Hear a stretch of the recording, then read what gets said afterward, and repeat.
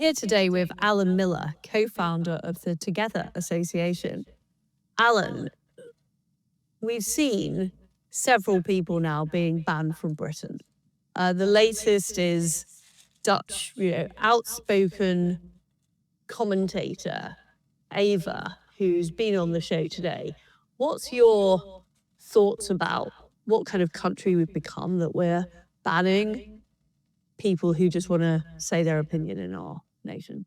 I think, Liz, well, it's great to be here on your show. And I think that it is deeply concerning in Britain that we've become a nation where speaking openly and freely is under so much pressure now and is being suffocated. And I think that's very true of people coming into the country and also for our citizens here. So I'm concerned that someone who basically has been very critical of Keir Starmer, talking about two-tier approach to free speech, criticising the situation with X and the discussion about Grok, particularly when our Prime Minister did not seem to be as quick to move on things like the rape gangs, and we've seen decades of that terrible situation, and the British public is rightly furious about it and wants a reckoning. And then it seems very concerning because beyond just a Kafkaesque type of moment where there's no response, then comes a message that you're not the right type of person. We don't really want you in here. Which type is the right type of person to come into Britain? That's exactly the question, isn't it? Because, and this point has been made, we've already got tens of thousands of people coming over on boats and people saying that they're welcome, some people, and we've got all sorts of concerns. 50,000 people, we don't know where they are in Britain. We know that there's over 40,000 people on the MI5 watch list and MI6. We've got a very serious situation that you have to have certain views that accord to the current people that are running things. And if you do them, if they're DEI and if they're kind of trans activists and if they are around what people have kind of largely termed as a woke outlook, but basically of a very particular order, then you're welcome with open arms and you're celebrated. But if you then are critical about those things, you're deemed as being not only just beyond the pale, but dangerous. And it's interesting dangerous because obviously there are people out that are dangerous, and we should have a situation where people are inciting terrorism, then that needs to be handled by the security services, right? And we've got a lot of that, and we have a very big problem with it domestically and internationally. And then I think, though, conversely, the idea that you then just try and brand people that you don't agree with their views as being on borderline terrorists because they are saying things that you find unpalatable. And it should be said, there might be things that people really don't agree with what Ava says and find them deeply offensive, and that's fine because we're a grown-up country, we're a free country, and we can be offended. But the idea that the civil servants and the bureaucracy are intervening because it might tip the scales in a direction that they don't like, and they don't like Elon Musk and they want to shut that down, and they don't like other people internationally that might say things they don't agree with, but they want to bring their globalists into a debate and discussion, is very concerning. And we've seen cases of asylum seekers who've committed crimes, who've committed sexual abuse, not being deported because of their human rights. So it seems so asymmetric on what is acceptable, what's not acceptable.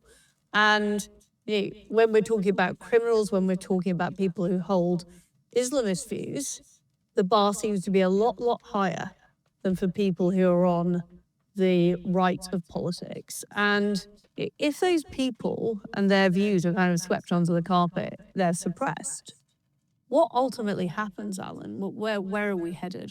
Well, we would have been there, frankly, Liz, had it not have been, it's got to be said, significantly as a contribution from Elon Musk and X and the purchase of Twitter and making the town square, the public square, digitally available, and that kind of change in the orientation of the people that were running it and the kind of the algorithms and what was said and what was acceptable. Similarly, with what happened with President Trump and the new administration, that all gave a big shock to the system internationally. And indeed, we have seen the Overton window, as they call it, shift massively in Britain in discussions like these around migration, which maybe a discussion a year and a half ago you might think could get a knock on the door from the police, and now Shababa Mahmood are saying things like that, or Keir Starmer are, because they're under so much pressure because the public are furious and many are articulating this. So, I think it's important that those things have happened. The danger we face, and I'll give you an example of this.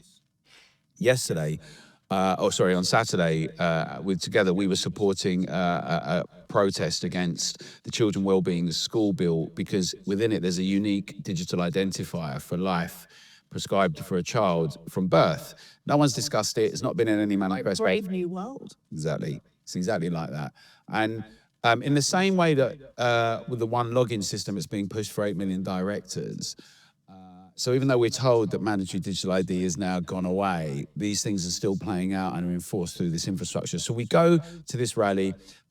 It's a lot of home educators, a lot of women, really good parents that are actually out there saying, these things are unacceptable. And we make that point. But a police officer comes up to one of the people who are there at the rally, and she says to him, "Oh, do I know you from somewhere?" And he says, "Well, maybe only fans." And he thinks it's a joke, says it's a joke. She walks off, and people might think that's in very poor taste, not a very good joke or a good joke. Two police officers come up and not only start saying you can't say that and don't do it, but start threatening that you could be arrested for harassment. And the point is that the things have become so like that. So the discussion about the Online Safety Act, partly being outsourced to big tech, but also the discussion about what you can say and can't say in Britain and that you could get arrested. We're told that non-crime hate incidents are being dispensed with by the Met Police, but the constant pressure on saying some things that some people, because at Hendon Police Training College, protected characteristics are promoted, or because we've got an elite that thinks that if you have banter or discuss things, suddenly everyone's going to become a Nazi in a country where our grandparents fought the actual real Nazis, and British people are very welcoming and generous. And so there's this really despicable view of the public, the demos, that we're all out of control and nasty. And the free speech discussion is the most important one. And that's why they're weaponizing it, Liz, right? That's why they want to get what they think, get control of it, control the narrative. The thing is, the spirit of freedom is not going to allow that. And we're all committed and determined to make sure that does not happen. And I'd invite everyone who watches your show, knows you, to get involved in that locally, regionally, and nationally. The problem is that we have, as you said, a very powerful elite, and they have a lot of sway over the mainstream media. So even though we're discussing this issue on my show, you won't see this type of discussion on the BBC, which a lot of people watch. You won't read it in a lot of the press. They follow the direction of the political architects who want people to be interested in some stories and not interested in others. And I think a lot of people in our country are sleepwalking. They don't realize how bad it is. They don't realize that people have actually been jailed for speaking out. They don't realize that people are getting banned from coming to Britain for essentially holding right-wing views. How can we communicate with that broader public? Because that's what it will take. And I think that, I know people use the term right and left a lot, but I think we're in an age, just the first point, but we're in an age now where people who believe in freedom and privacy and conscience and sovereignty, that can come from all areas. We saw that partly with the Red Wall. There's a whole range of people who've never been political. I know people are constituting it as the right, but I think that... What would you call it then? Well, I think it's people that are pro-freedom, pro-common sense, pro-nation state, pro-sovereignty. I'd call them patriots. Patriots is a really... Let's say it's called patriots versus the global. Globalists, yeah. I think that is the divide. And Labour is becoming the globalist party. So they're becoming the party of, the centre of Oxford, the centre of Cambridge, the people in the civil service, those type of people. And, the right are now becoming the party of working people across Britain, people who live in industrial towns. That's the divide. Yeah. And, but I think your point's really very important, very interesting one, because legacy media, I always use the example, if you go down my mum's street and do they know about something, or when she has seen something on TV. Now that's changed as well, because even at an older age, some of them are like actually being on social media a bit and saying things, but it's still the case that the BBC, other parts of legacy media have a really big impact on those areas and people. But I think that there's a number of things that have shifted, right? Because on the one hand, you've got very important podcasts that then get news as well. You also, so you've got citizen journalists that are engaged in things, but it's different. I'm committed to, and whenever I can, I'll get on the BBC or go anywhere else, because I think, people say, oh, that's a sellout. I think it's really important to actually have the discussions disseminated as far and wide as possible. And they end up not being able to avoid some of these things. They will still frame things in certain ways. So for instance, we did a big campaign against the ultra low emission zone, and the BBC, one of the journalists coined it as being far right. Now, they had to retract that, but it was a lot of work and it was already out.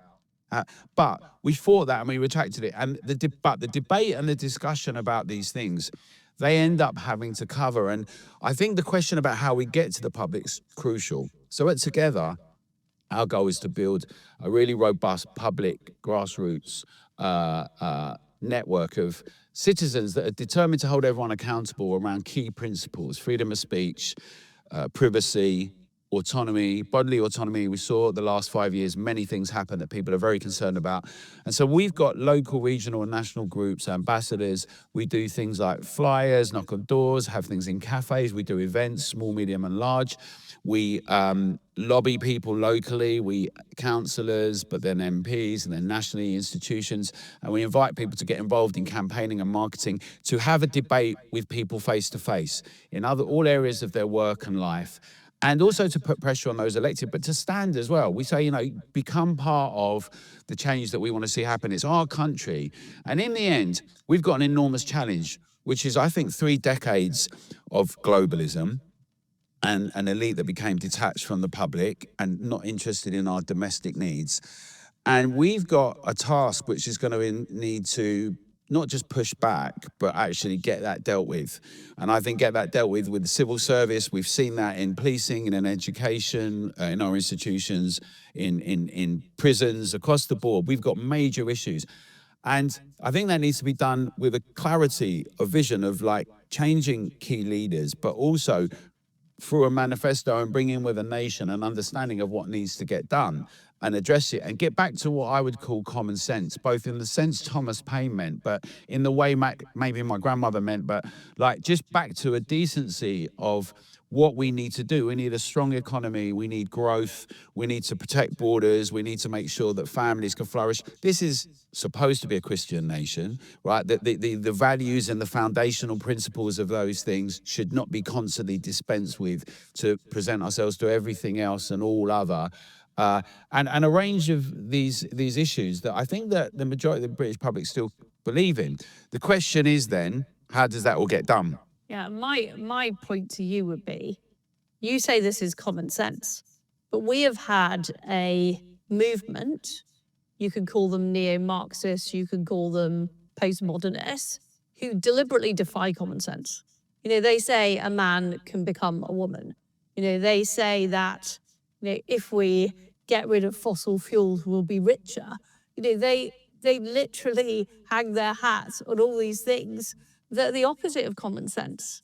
And their aim, broadly speaking, is to destroy and undermine Western civilization, destroy and infiltrate our institutions, and they've been pretty successful. So it's not just a question of waking people up to what common sense is.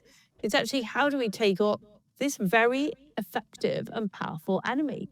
And you can see in the United States, with things like the protests against ICE, that you are seeing the same mentality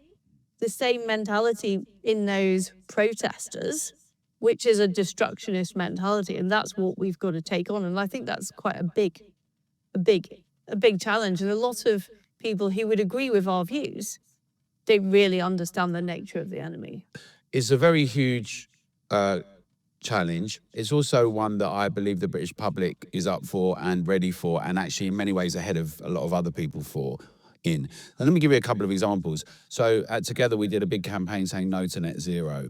And it was very instrumental at different points, particularly in some Uxbridge and other points with elections, when it was looking like it would all go one way and not another. Now, a couple of years ago, even, if you said no to net zero, people were still saying, well, what does that mean? How are you going to do that? You're very wacky. But very quickly, people have come to realize that you can keep saying platitudes like we're going to have net zero, but the numbers don't stack up. We're going to have blackouts. We're going to have impoverishment of the nation. Other big nations are not doing it. This is catastrophic. Unions are saying it. Like everywhere, it's becoming clear that the carbon economy is essential, that this idea that you're just going to have net zero and just swan around Davos and saying things like that and then not think about the consequences, even while Ed Miliband doubles down.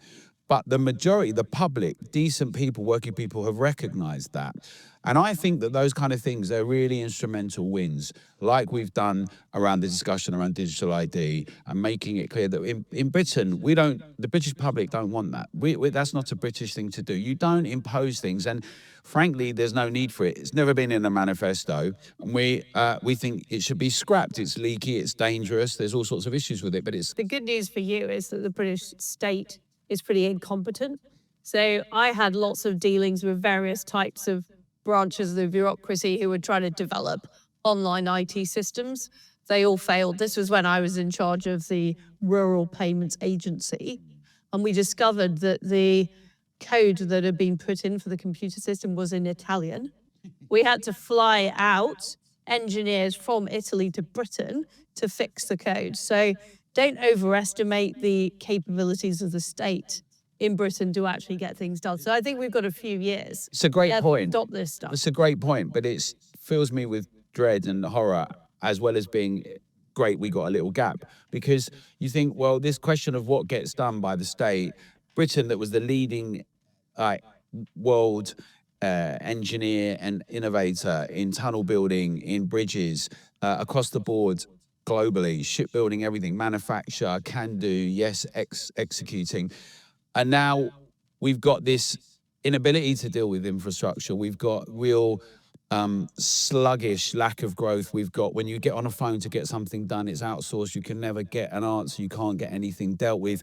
Potholes. Across the board, we've got all these issues. So I get the point about the digital question. It's a bit like there's CCTV cameras everywhere, and yet still there's crime that's rampant. Yeah.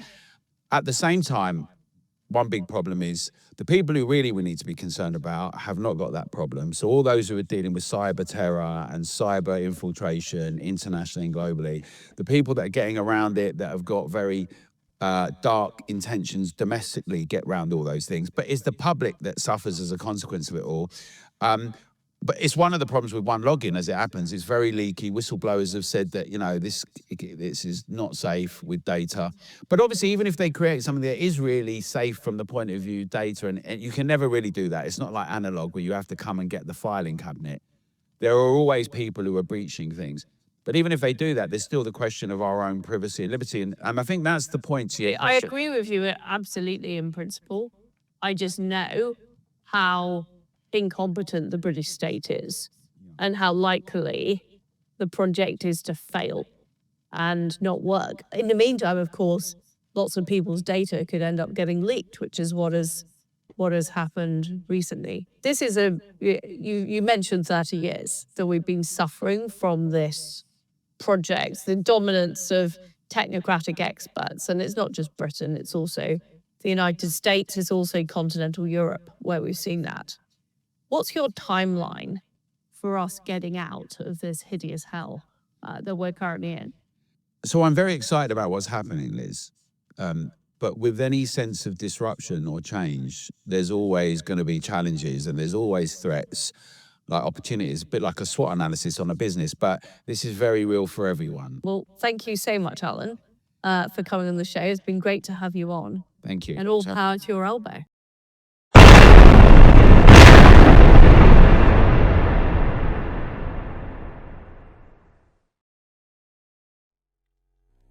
It's time to unite the kingdom.